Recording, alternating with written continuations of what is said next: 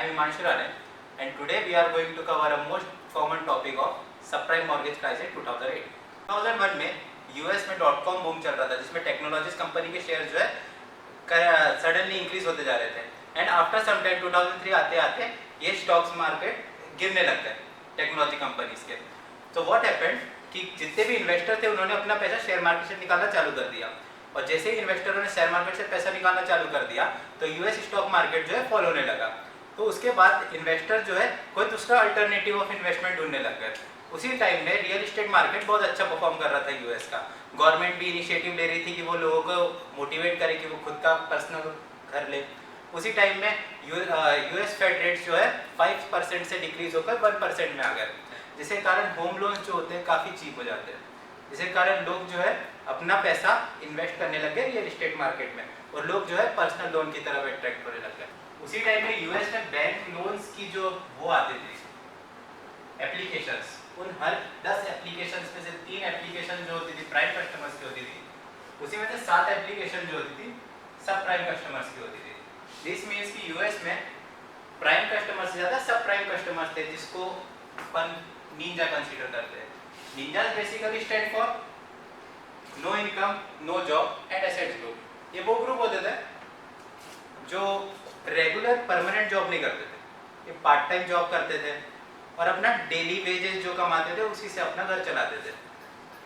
तो one person from bank went to federal bank and give a business plan and the business plan was this triangle. Main 3 pillar थे, एक bank, ninja, house.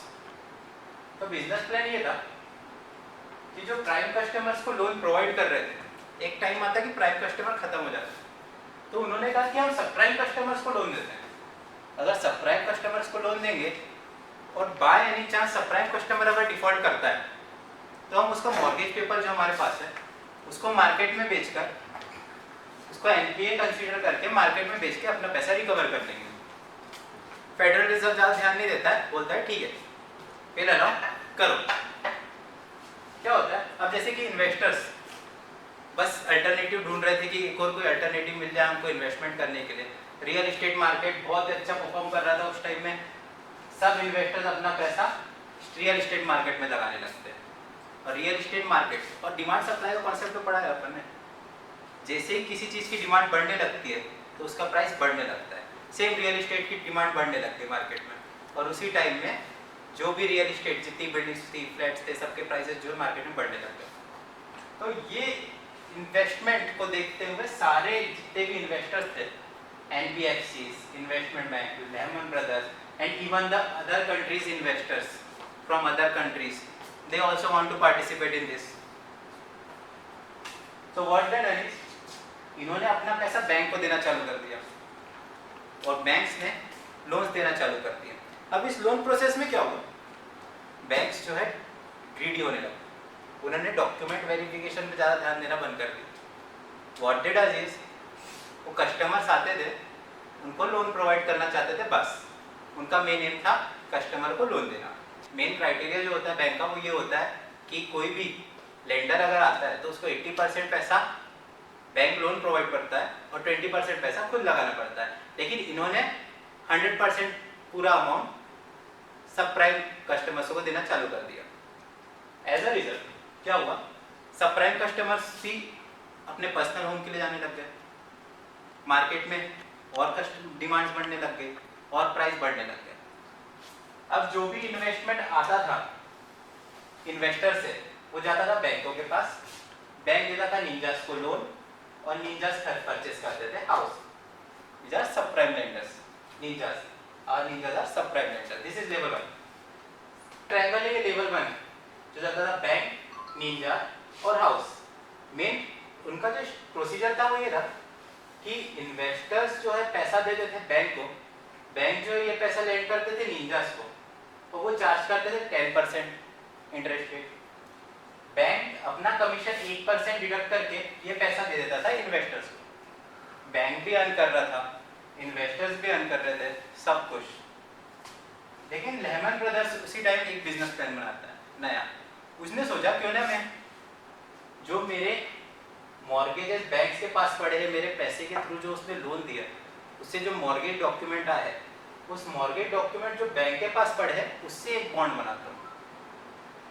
तो what Lehman brother does is, वो mortgage के bonds के documents वो bank से लेता है, बोरो करता है, उसका एक बॉन्ड बनाता है और उसको मार्केट में रिलीज करता है।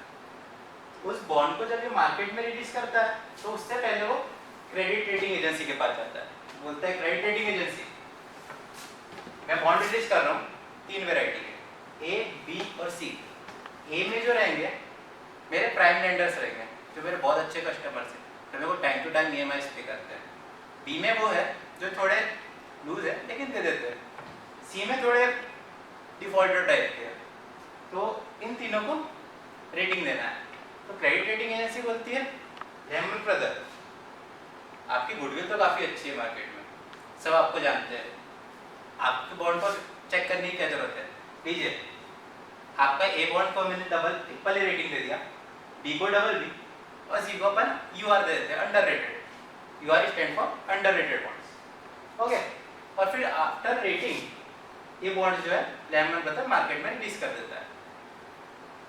तो लेहमैन ब्रदर्स की गुडविल और रियल एस्टेट मार्केट की कंसिस्टेंसी देखते हुए सारे इन्वेस्टर जो होते हैं इस बॉन्ड की तरफ अट्रैक्ट होने लगते हैं और उस गुडविल के कारण ये सारे बॉन्ड्स मार्केट में अच्छे से बिक जाते हैं। तो अब ये पूरा एक ब्रिज बन जाता है, ब्रिज ऑफ इक्विटी, इक्विटी का एक ब्रिज बन गया। पैसा इन्वेस्टर से इस बॉन्ड के थ्रू आया, इस बॉन्ड के थ्रू ये पैसा इन्वेस्टमेंट बैंक के पास आया, इन्वेस्टमेंट बैंक के थ्रू ये पैसा बैंक के पास आया और बैंक के पास से ये पैसा वापस निंजास के पास होगा, फिर वापस रियल एस्टेट मार्केट में इन्वेस्ट हो रहा है। और एज अ रिटर्न क्या होता था, निंजास इंटरेस्ट पे करते थे 10%, जिसमें से बैंक अपना 1% कमीशन काट के 9% इंटरेस्ट लेहमैन ब्रदर को देता था। ए बॉन्ड के ऊपर वो 3% इंटरेस्ट देता था Lehman brother, B grade bond के ऊपर वो 5% और तीसरे बॉन्ड के ऊपर 7% इंटरेस्ट देता था और ये एसेट ब्रिज ऑफ इक्विटी चल रहा था। तो व्हाट हैपेंड इज 2008 में जब फेडरल बैंक अपनी इकोनॉमी को देखता है, यूएस इकोनॉमी को, तो यूएस इकोनॉमी में बहुत बड़ा बबल दिखता है। This bubble is of inflation. तो फेडरल गवर्नमेंट सोचती है कि अब क्या करें, तो एक फाइनल रास्ता होता है, इंटरेस्ट रेट इंक्रीज करते हैं। 2001 से 2007 का टाइम आ गया, इंटरेस्ट रेट इंक्रीज नहीं किए, तो इंटरेस्ट रेट कंसिस्टेंट था 1%। डेवलप्ड कंट्रीज का इंटरेस्ट रेट बहुत ही कांस्टेंट होता है, ज़्यादा फ्लक्चुएट नहीं करता। भाई डेवलपिंग कंट्रीज लाइक इंडिया, उनका इंटरेस्ट रेट फ्लक्चुएट होता रहता है। तो ज़्यादातर लोगों को कॉन्फिडेंस रियल एस्टेट मार्केट में इसलिए था कि इंटरेस्ट रेट जो है अपनी कंट्री डेवलप कंट्री है, तो अपना इंटरेस्ट रेट जो है जल्दी इंक्रीज नहीं होगा सडनली, तो सबको कॉन्फिडेंस था कि ये इंटरेस्ट रेट जो है कांस्टेंट रहेगा। तो जब ये इंटरेस्ट रेट कांस्टेंट होगा तो कोई भी डिफॉल्ट नहीं करेगा, और कोई डिफॉल्ट नहीं करेगा तो ये अपना अच्छे से इन्वेस्टमेंट चलता रहेगा। But what happened is inflation bubble बहुत बड़ा हो गया, उसको कंट्रोल करने के लिए कोई स्टेप्स लेना था। तो फेडरल रिजर्व ने फेड रेट को 1% से इंक्रीज करके 2% कर दिया। तो वही जो EMI निंजा पहले पे करता था, अब उसका डबल EMI पे करना है। लेकिन निंजास क्या है, निंजास तो no income no job and asset class group, इनके पास परमानेंट जॉब नहीं है, ये डेली कमाते उससे पैसा पे करते थे। तो अब जब एक्सपेंस ज़्यादा हो गए, इनकम कम हो गई, तो उन्होंने देना बंद कर दिया। ठीक है, तो जैसे ही इंटरेस्ट रेट डिक्रीज होने के कारण EMI बढ़ी, तो सबसे पहले कौन डिफॉल्ट करेगा, सबसे पहले डिफॉल्टर साइड सबसे पहले डिफॉल्ट करेगा। तो सब प्राइम लेंडर है डिफॉल्ट लेवल का, तो जैसे ही ये डिफॉल्ट करता है, जैसे ही ये वाला ग्रुप डिफॉल्ट करा, तो यहाँ से सी ग्रेड का जो पैसा है वो आना बंद हो गया। तो लेहमैन ब्रदर्स के पास वो पैसा आना बंद हो गया, तो इसने सी को इंटरेस्ट देना बंद कर दिया। तो one side of equity bridge has been collapsed this time. अब क्या हुआ, तो भी लोगों ने सोचा नो प्रॉब्लम, बैंक के मॉर्गेज पेपर्स है ना बैंक के पास घर के, वो NPA कंसीडर करके फिर बाद में बेच के पैसा रिकवर कर लेंगे। बट एनपीए के लिए 90 डेज वेट करना पड़ता है, तो 90 डेज तक के अपन घर नहीं बेच सकते, लेकिन 90 डेज तक का वेट करना पड़ेगा। तो 90 डेज का वेट करते करते अब सेकेंड नंबर पे कौन डिफॉल्ट करा, सेकेंड नंबर पे बी डिफॉल्ट करेगा।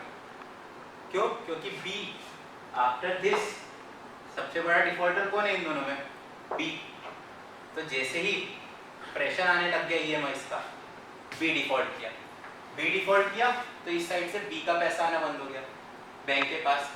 बैंक ने लेमन ब्रदर को बी का पैसा देना बंद कर दिया, तो बी का भी इंटरेस्ट रेट बंद हो गया। तो यहाँ पे जो सेकंड फेज था इक्विटी ब्रीच का, वो कोलैप्स हो गया। अब यहाँ से देखो, यहाँ से भी इंटरेस्ट रेट आगे नहीं बढ़ रहा है, ये दोनों बॉन्ड कोलैप्स। तो ये सी और बी के कोलैप्स होने से पहले लेमन ब्रदर्स ने अपना ए ग्रेड बॉन्ड, जिस पे उनको बहुत भरोसा था, ये कभी डिफॉल्ट नहीं करेंगे, सब प्राइम है, मेरे सब प्राइम लेंडर से या हमेशा टाइम पे ईएमआई भरते हैं, तो उसने कहा था कि मैं इस बॉन्ड की गारंटी देता हूँ, ठीक है। तो यहाँ पे इंश्योरेंस कंपनी एआईजी, यूएस की सबसे बड़ी इंश्योरेंस कंपनी, एक रोल में आती है। तो इंश्योरेंस कंपनी क्या है, इंश्योर करती है इस बॉन्ड को। तो अब क्या होता है, पूरे इसमें स्ट्रक्चर में सब पैसा कमा रहे थे, तो एआईजी सोचता है मैं भी पैसा कमाता हूँ, ठीक है। रियल एस्टेट मार्केट काफ़ी अच्छा चल रहा है, और इवन एआईजी को भी बहुत कॉन्फिडेंस था कि रियल एस्टेट मार्केट कभी कोलैप्स नहीं होगा।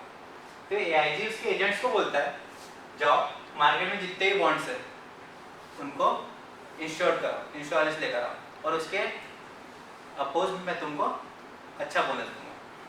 तो इंश्योरेंस एजेंट्स पूरे मार्केट में घूमते हैं, इस बॉन्ड्स को इंश्योर करते हैं, और बहुत सारा पैसा एआईजी के अंदर में आता है, और एआईजी वही पैसा बोनस के फॉर्म्स में अपने एम्प्लॉयज को प्रोवाइड करता है। तो जब ए और बी कोलैप्स हो जाते हैं तो मार्केट में नेगेटिव सेंटीमेंट आने लगते हैं, और इवन अब मान लेते हैं कि अपन मेरा घर 1 करोड़ है, ठीक है, और मार्केट में जो मेरे आइट साइड के घर है सबकी वैल्यू गिरते जा रही है, रियल एस्टेट मार्केट की वैल्यू डाउन होती जा रही है, और मेरा घर जो 1 करोड़ का था, जो मैंने 1 करोड़ में खरीदा था लोन लेके, वो अब 50 लाख रुपए का हो गया। तो अब मैं भी क्यों अपने 50 लाख के घर के लिए 1 करोड़ का लोन दूंगा, तो मैं क्या करूंगा, मैं भी ईएमआई देना बंद कर दूंगा। और जैसे ही प्राइम लेंडर्स ने ईएमआई देना बंद किया, तो यहाँ से वो पैसा भी आना बंद हो गया, तो ये वाला पैसे का कनेक्शन बंद, और अब जो ए बॉन्ड्स मार्केट में था वो भी डिफॉल्ट कर जाता है। तो ये पूरा इक्विटी ब्रीच जो हो जाता है, कोलैप्स हो जाता है।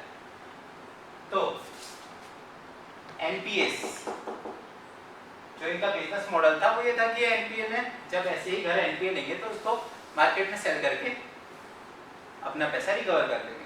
लेकिन व्हाट हैपेंड, मार्केट्स में बहुत सारे एनपीएस हो गए, मार्केट में बहुत सारे घर हो गए, फिर से डिमांड एंड सप्लाई रूल आया, जब बल्क में क्वांटिटीज होती है तो उसकी वैल्यू कम हो जाती है। तो same happened in this crisis, क्या हुआ, मार्केट में बहुत सारे घर हो गए लेकिन बायर ही नहीं है, तो क्या हुआ, जो वैल्यू घर की थी वो रिड्यूस होने लगी। तो जब 90 डेज के बाद मार्केट में जितने भी ये मॉर्गेज होम्स रहते हैं वो जब बेचने के लिए बैंक्स निकालता है तो मार्केट में बायर ही नहीं होता, तो मार्केट से तो बैंक्स जो है अपना पैसा रिकवर नहीं कर पाती है, ठीक है। तो जो ये ए ग्रेड बॉन्ड्स के जो इन्वेस्टर्स होते हैं ये जाते हैं लेमन ब्रदर के पास कि भाई हमने हमारा पैसा इन्वेस्ट किया था, ला हमारा पैसा दो, we are insured. Lehman Brothers बोलता है मैंने तो इंश्योरेंस करवाया था, एआईजी के पास जाओ, एआईजी के पास मांगो। लेकिन जब एआईजी के पास जाते हैं तो एआईजी के पास खुद पैसा नहीं है, क्यों, क्योंकि उसने ज़्यादातर पैसा किसको दे दिया है, अपने बोनस को, मतलब अपने एम्प्लॉयज़ को बोनस के फॉर्म में, और बाकी पैसा उसने भी वापस ही इन्वेस्ट करा घुमा के, तो उसके पास पैसा नहीं है। तो ये एआईजी इस टाइम डिफॉल्ट हो जाता है और एआईजी ने यहाँ पे अपने हाथ खड़े कर दिए, भाई मैं नहीं दे सकता। तो लेमन ब्रदर्स जो मॉर्गेज डॉक्यूमेंट्स का बंच बना के मार्केट में रिलीज करता है बॉन्ड के फॉर्म में, उस बॉन्ड्स को अपन बोलते हैं CDOs, which stand for collateralized debt obligations। और सेम AIG जो इन CDO को इंश्योर कर रहा था उस इंश्योरेंस डॉक्यूमेंट को अपन बोलते हैं CDS, stand for credit default swap, which means swapping the risk to the third party.